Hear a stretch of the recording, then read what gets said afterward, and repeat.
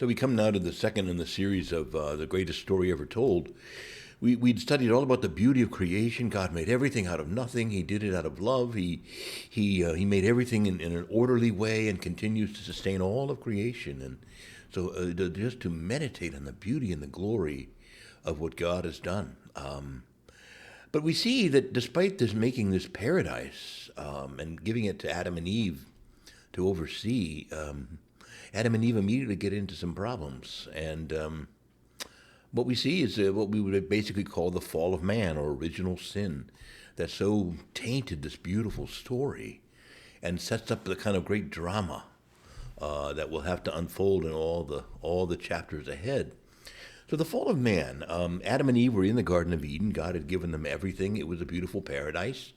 God said only one thing: I ask you to stay away from the tree of the knowledge of good and evil. Now, the name of that tree is very important, the knowledge of good and evil. Knowledge, in modern language, to know something, we usually emphasize intellectual knowing.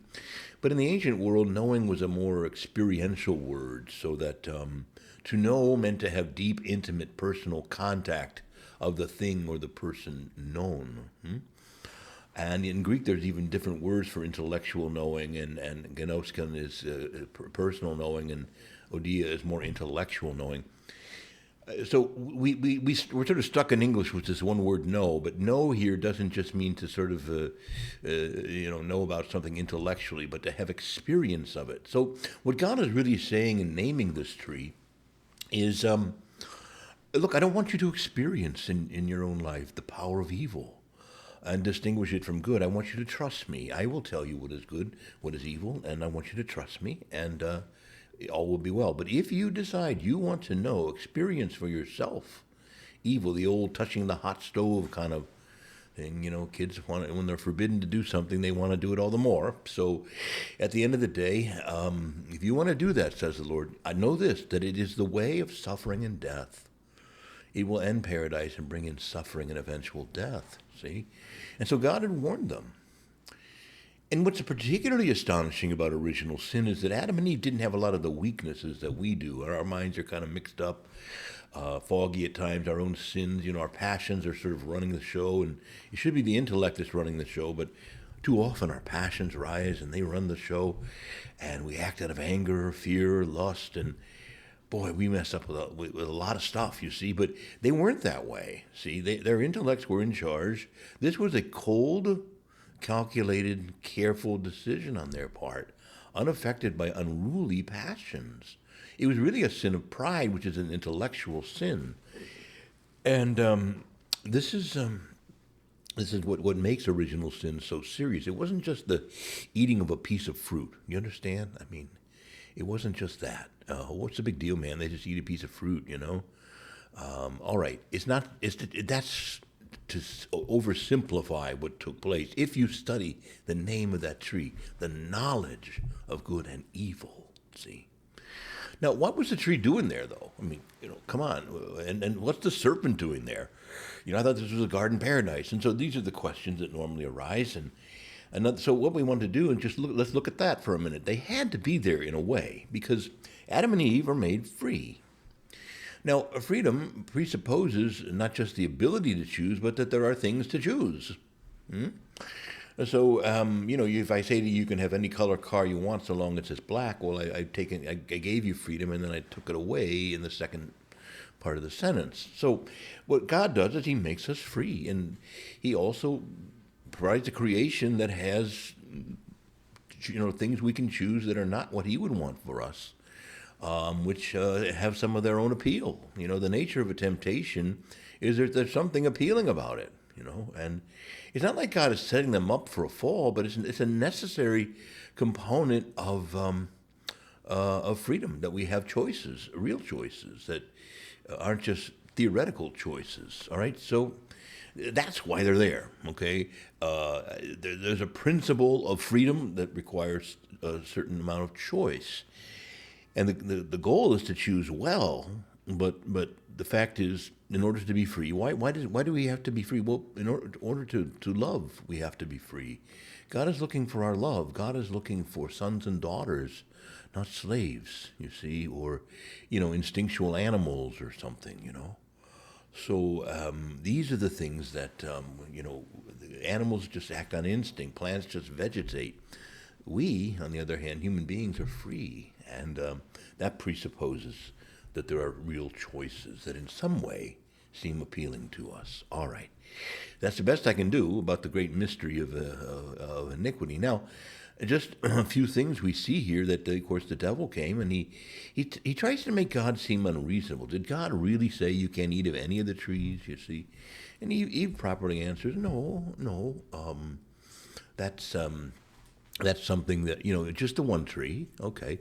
Well, why even the one tree? Basically, Satan says, I tell you what, he knows that if you eat of that tree, your mind will be open and you will know, good from evil, and you will decide, and you will be like gods. See? In effect, why are you letting anyone tell you what to do about anything? I know he gave you all this stuff, but he's holding the best thing back. You be the God. You tell him what to do. Eve said, well, she thought to herself, this fruit does look good, and it's good for knowledge. Knowledge is a good thing. And so she takes and she eats and she gives some of it to her husband who was with her. Okay, so a couple of other quick things about this. This is the nature of the sin, right? That they did what they were forbidden. They abused their freedom and they did what they were told not to do. And by the way, we could add they did it in a very careful and calculated way, unaffected by the passions like we have today. Those would come as an effect of original sin, but Adam and Eve didn't have original sin in the act of committing it. They got it afterward. So, all of this is a very, very serious and great and tragic moment. Very profoundly tragic moment. And so we say that, again, Adam and Eve, they wanted to be gods. There's pride in that, right? There's also ingratitude. There's, a lack of trusting in God as well, a lack of faith. We could go on, but at the end of the day, this is a very tragic moment. And it isn't just that Adam and Eve are affected, but all creation is affected. God has to say to Adam at some point, cursed be the ground because of you. Where there were once beautiful trees and so on, now thorns and thistles will be, there, and you have to break through the ground and till it, and, it's going to be hard to get your food only by the sweat of your brow. And so these are the things that come in, and of course Adam and Eve also receive a kind of a fallen nature. We see it once they feel naked, they feel ashamed. They also feel, not only naked and ashamed, but they're arguing. It's that woman you put here with me, that was the serpent.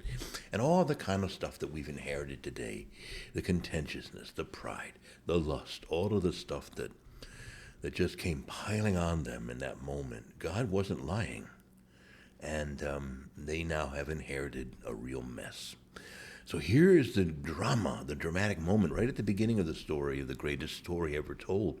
What will happen? And will God just let this be? Will God come to our rescue? What will he do? You see, and we'll see that more in the unfolding of these stories, you see. The first thing God does is he does confront them about what they've done, but he also makes a promise that one day I'm going to send, I'm going to make Satan and the woman enemies, and one of her seed, one of her sons will indeed break his power, crush his power. So he already points forward to a solution. But for now, they're going to have to learn to live in paradise lost, not paradise. And this understanding of paradise lost is the explanation for a lot of the suffering that we see that goes on around us from the natural order, like hurricanes and tornadoes and floods and droughts and earthquakes and volcanoes and so on. So we'll unpack these more as we go along. But the point being is that God has made all things well, and yet now not only have Adam and Eve sinned and wounded themselves, but cursed be the ground because of you.